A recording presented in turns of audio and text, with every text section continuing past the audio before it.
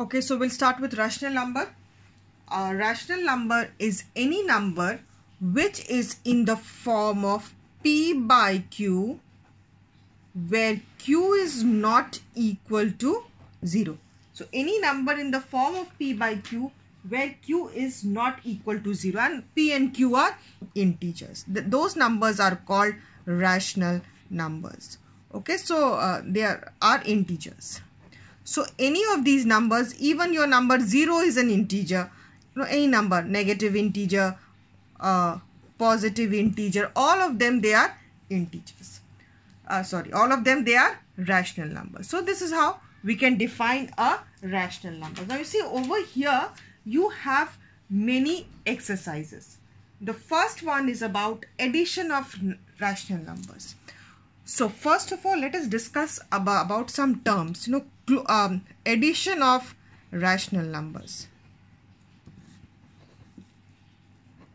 There is nothing much in this, but okay, few things we need to know. Few terms.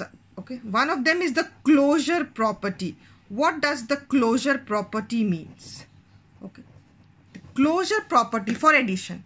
Okay, closure property means sum of two rational numbers will also be a rational number. That is the meaning of a closure property. Okay, so in this case, since I am dealing with addition, okay, same thing can happen with subtraction also. Subtraction of two rational numbers will also give you a rational number. So this is the closure property. Okay, addition of two rational, rather I can do it from the book also.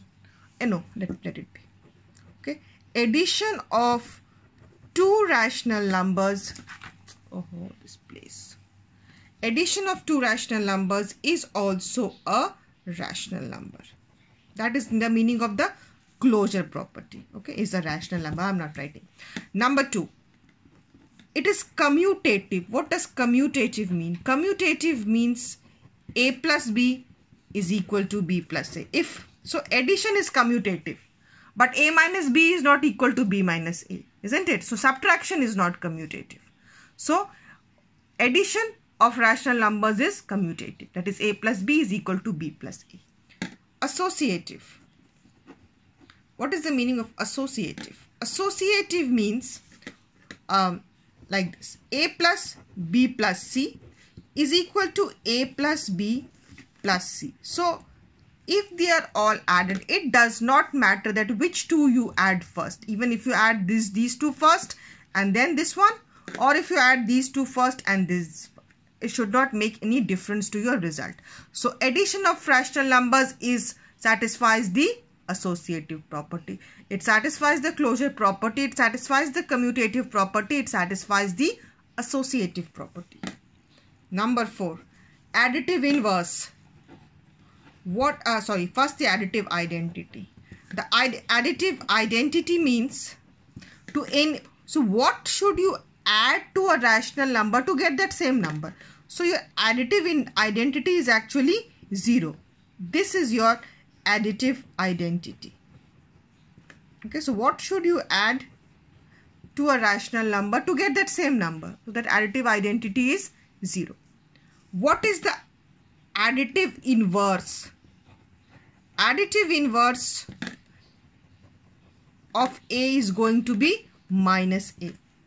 Okay, because if you add these two, you should get your additive identity. So a minus a should be equal to 0. So the additive inverse of a is minus a. A minus a will give you 0, which is the additive identity. And identity means if you add it, you should get back the same thing. So a plus 0 will give you a. So this is the additive identity. Okay, so these things you should know. Okay, the closure property, commutativity, associativity, additive identity, and additive inverse. Okay, now let us see what are the types of questions. There is, you must be knowing most of them. There is nothing much for me to do over here. But anyway, we'll just discuss a few things. I need a proper pen. This pen is not working. Anyway, the next video I'll try to find another pen. Exercise 1.1. Okay. Add the following. I'm sure you know how to add. Do I need to explain? these terms you should be able to add up. Okay, simplify, add, you know how to do it. Okay, by in class 8 I hope I don't have to explain to you how to add. Okay, suppose any one of them I'll take up. Okay, one of them let me take up, add 7 upon minus 3. This is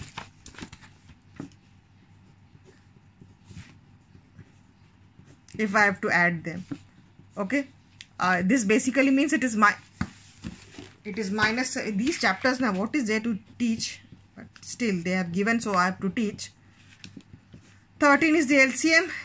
Minus 7 minus 4 is going to be minus 11. Okay, so minus 11. These things you can do. No, it's just no use teaching them. Okay, I'll just do it orally. I don't know what will I do. Okay, verify the commutative property of addition for the following pairs. So you can just show that minus 4 by 3 plus 3 by 7 is equal to 3 by 7 minus 4 by 3. Those you can easily show the commutative property. Find the additive inverse of the following rational numbers. So 2 by minus 3 is basically minus 2 by 3. So the additive inverse is just going to change the sign. So here it is minus 2 by 3. So its inverse is going to be plus 2 by 3. Minus 7 by minus 12 is actually 7 by 12. So its inverse is going to be minus 7 by 12. Okay, quite simple. Using appropriate properties of addition, find the following. So here also you just have to add them up. Okay.